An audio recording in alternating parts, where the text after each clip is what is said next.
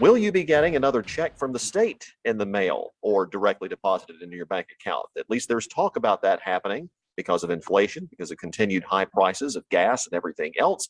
Let's discuss that and a lot of other things with our insiders, Abdul-Hakim Shabazz, conservative commentator, and Democratic insider Brian Gaddie.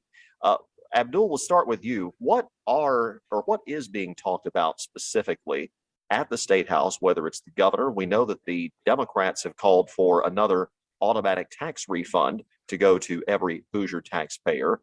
Is the governor and the Republican leadership, are they also talking about some sort of direct payments right now? I think it's still very fluid right now because everyone's still waiting to see what should be out later today as we record this, sort of the budget forecast numbers, what the revenue collections are going to be. The revenue collections continue to stay on trend. Like I said, almost $6 billion, and the bank's scheduled to be at Indiana's conference by June 30th. I do think you'll see some movement. Now the question is how do you do it? That's the million-dollar question. Because number one, if you cut the gas tax, okay, that's fine. But number one, there's no guarantee that gas stations are going to cut their prices accordingly. That's kind of point number one. Point number two, you still have your roads that need to be fixed. Now, I will argue that maybe temporarily suspending the sales tax on gasoline might be a way to go, because once again, it's that money goes to the general revenue fund, doesn't necessarily go to roads and bridges and infrastructure. And so I could see maybe suspending the sales tax on gasoline. But like I said, we'll have a much better idea once we get what the revenue collection numbers are, of either today or Monday. Regardless of what that happens, or regardless of what those numbers are, the Indiana Democratic Party, Brian, has already called for another automatic tax refund. I don't know if there's a specific amount in mind. I mean, any amount, I suppose, would help.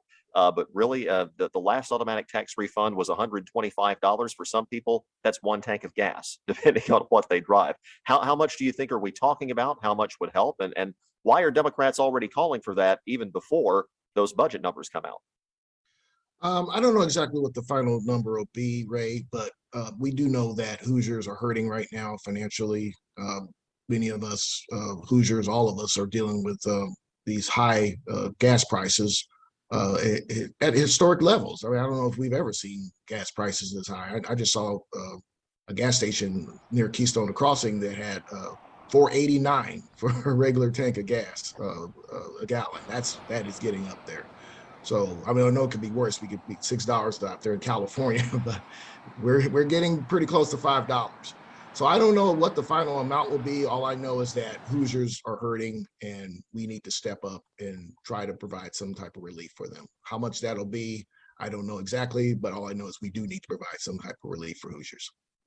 And also, Ray, something to keep in mind too, when we talk about cutting gas taxes, a good chunk of Indiana's gas taxes are paid by folks who are out of state, just driving through either on 65, 70, or 69, or 74.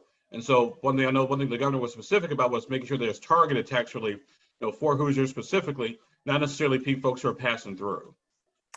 Now, Abdul, let's talk to the economist who's not in the room here, at least not in the virtual room right now. There are some who would argue that if you make more direct payments from the government to the taxpayers, that is not really going to help inflation at all. Yes, it might bring some temporary relief to the wallet, to the bank account, but there's been an argument made that there was too much stimulus way back when, and that's what contributed or helped contribute to the inflation problem we're seeing right now.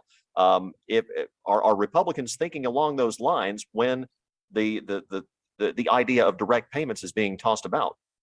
I think some of them are, because you're absolutely right. Inflation is basically supply and demand. There's a ton of money floating around, and there's a ton of demand floating around, but not enough supply floating around. I mean, it's that simple. That's why we get high property tax assessments, high gas prices, you name it. Now, granted, there are some other sort of dynamics in there, such as do we drill more? At least do we do the Keystone Pipeline? Those types of things, at least psychologically, will bring down gas prices. But at the end of the day, if you do direct payments, you also run the risk of actually adding to inflation, because once again, it's just like the old college situation where we gave everybody student loans to go to college, and guess what? Colleges drove their prices up. So once again, there's more money floating around out there. We could potentially see more inflation. Oil companies, Brian, are making a lot of money right now, regardless of supply and demand. And yes, the supply is tight because demand for gas, even with the high prices, has not yet come down enough to bring down the global market price of oil. And of course, a lot of that's controlled by what's happening in Europe with the EU finally clamping down on oil from Russia. There's not a lot that we can do here to control that, it would seem. At the same time, though, there are some people and some of the more progressive people on the Democratic side saying oil companies are making a killing. Why are we not getting on the oil companies for not putting some of that money either back into production or to provide some relief instead of just making profits hand over fist right now? Well, oil companies are making a killing right now. But I think it would be very myopic for us to think that oil companies are going to be just become magnanimous all of a sudden and start giving some of their profits back to the people. That's not going to happen. What we need to do is I know it's more of a long-term strategy, but slowly wean ourselves off of our dependence on oil to become more of a green energy economy. Now, I know that's definitely a long-term solution. Now, in the short term, President Biden has talked about increasing oil production here domestically. Now, I know a lot of my conservative friends, I know Abdul just cited it, the Keystone Pipeline, but keep in mind, and you know this, Abdul, most of that oil was not even going to be in the United States. It was going to go overseas. So I know you were saying about a psychological impact, but most of that oil wouldn't even go into, even be converted to gas to go into American gas tanks. So really what we need to do in the short term is to try to, as much as possible, increase domestic oil production for now. That's our short-term solution. But long-term, we need to be like what we're doing, trying to transition into a green energy economy. That's the future of the American economy. Is going to be a green energy economy. And by the way, Ray, not to sound like an environmentalist here, but there are some simple things that people can do right now I won't say lower gas price, but maybe mitigate high gas price. Number one, keep your tires inflated to proper pressure. Get all that crap out of your trunk, because the more stuff you have in your car, the more it's weighed down, the less miles that you get. Here's a thought: do the speed limit. Do those three things, you won't lower your gas price, but at least you'll mitigate high gas prices. That's my environmental pitch for today. AAA Abdul, right? He said that last week, didn't he, Brian? So yeah, so it's a AAA Abdul. Don't say it every week, I guess. That's okay. It is good advice. Don't get me wrong. Abdul-Hakim, Shabazz, Brian. Well, I think I told you guys President Obama said that one time, and he was actually mocked by the Republicans. Well, you know, and that's going to happen. And again, the politics of this is something that we'll be talking about all year long, I would imagine. Unfortunately, let's turn to a more serious topic and talk about the politics of guns in America, gun policy, gun laws, or lack thereof. We had yet another mass shooting. We actually had several mass shootings across the country since the tragedies in Buffalo and in Uvalde, Texas, that we talked about last week. The latest one happening in Tulsa, Oklahoma, at a hospital. A guy who apparently was targeting a doctor who had treated him and killed, ended up with 4 people dead, including the shooter. Again, the shooter was able to buy an AR-15 style rifle the very day of the shooting. So we're back to, I don't want to say square one, but at least there is more talk now, Abdul, that something may come out of this, at least at the national level. We'll get to the state level in a second, because the Democrats here in Indiana called on something this week. But it looks like there is some movement. Caveat, we've seen movement like this on other issues before, where they've attempted to find a bipartisan solution only to come up empty. Oh, yes. Actually, I was reading Politico this morning, and John Cronin basically said if we cannot, the Republican majority leader from Texas, basically saying if we can't get anything done now, then we should be ashamed of ourselves. We have John Cronin saying that. Then that tells me that there actually is some serious legitimate movement. Now, is it going to be a weapons ban? I don't think so. I do see a situation where perhaps maybe, to buy an AR-15 or assault style type weapon, you have to be 21 as opposed to 18 years old. I can see that happening.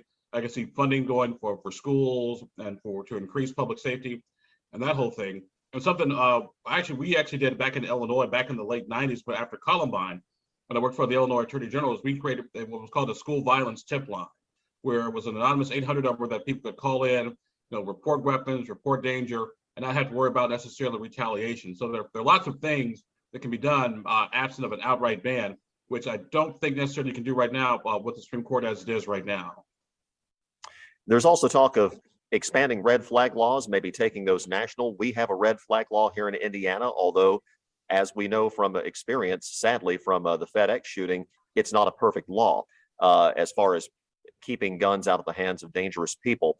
But Brian, the Democrats here in Indiana this week called on the governor to call a special session to deal with gun violence. Now, I did not see any specific proposals in that special session call. They just wanted the governor to bring the General Assembly back to talk about doing something. Now, of course, here in Indiana, we just had the debate over non-permits or not needing a permit to carry a handgun. I don't know if we're revisiting that issue. What do you think Democrats have in mind, and what can get accomplished when obviously Democrats have an agenda and yet they're in the extreme minority? Well, our agenda in the extreme minority is to not only work with our Republican colleagues, but also convince Hoosiers that we've got to do something about gun violence. Yes, we have a red flag law here in the state of Indiana, but we need to potentially strengthen it so that way if there's any loopholes, we can plug in those loopholes. We've got to do something about the age requirement for getting an assault rifle. We talked about this last week, even though I don't know why a 21-year-old, unless they're in the U.S. Army, needs to fire a military-style weapon, but we do need to move the age from 18 to 21. And I do think that is something that's very reasonable. We should definitely do that. I think we should also address the number of rounds that go into a magazine clip. Some of these magazine clips are designed for soldiers, not civilians. So and also we got to strengthen background checks. So there's a number of things we could do, and I think in a bipartisan way, to not impinge on the freedom of Second Amendment rights of gun owners, because I am a Democrat. I also do believe in the Second Amendment. I do believe Americans do have the right to keep and bear arms. A lot of Democrats are gun owners, myself included. So this myth that Democrats all want to grab your guns is just a lie. I wish Republicans would stop promulgating that lie, but it's politics, so they won't. But the point is that Democrats support the Second Amendment, but at the same time, we do need to do something about gun violence in this country. We're losing doctors, we're losing children. We're losing people shopping at grocery stores. We're losing churchgoers. When are we going to stop this American carnage, as President Biden has said? When is enough enough? We need to step up and stop it. Bill, we're almost assuredly going to have a special session at some point, depending on what the Supreme Court does with Roe versus Wade and abortion rights. Is there any impetus among Republicans to do anything in regards to gun laws or any other types of laws regarding guns at that special session or at any other special session the governor might call this year? I would say not right now, because I think a lot of folks just wait to see what happens at the federal level. Indiana Republicans have been very, very skeptical of a lot of mandatory gun laws, so I don't necessarily see that happen, at least not right away. Red flag laws, there's talk of perhaps, again, incentivizing others to do red flag laws, but there have been a lot of critics on the Republican side, Abdul, of red flag laws and expanding them because this goes back to something that I personally heard when the NRA convention was here in Indianapolis way back when Mike Pence was still governor. That's how long it's been. And there were a lot of people at that convention who told me personally that they thought red flag laws weren't such a big talk back then, but talking about mental health and doing mental health checks in order to make gun purchases, that they thought something like that was specifically going to be used to target them or to target conservatives. That's what they believe, regardless of whether there's any truth to that.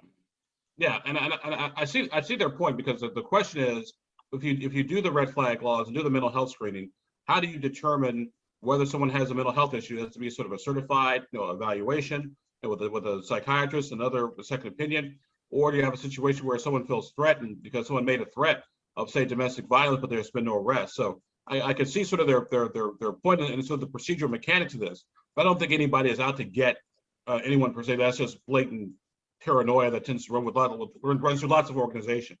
So I do think there are some procedural red flag questions that do need to be asked and answered. But at the same time, though, I don't think anybody's out to get anyone. But the thing about the NRA, you got to keep in mind, is a lot of those folks believe if they give 1 inch on any gun type legislation, they basically lost. Almost sort of like unions negotiations. Unions feel if we lose one area, we lost the whole battle. And so that's also part of the problem too. As we have these discussions, everyone has to be willing to give up something or not get something. And I don't think my friends at the NRA have fully appreciated that thought just yet. we'll see what happens. And again, we'll know a little bit more about the budget situation and inflation and the plans coming out probably this time next week when we reconvene with our WRTV Political Insiders, Abdul-Hakim Shabazz, Brian Gaddie. Gentlemen, thank you. Always good to be here, Ray. Thank you, Ray.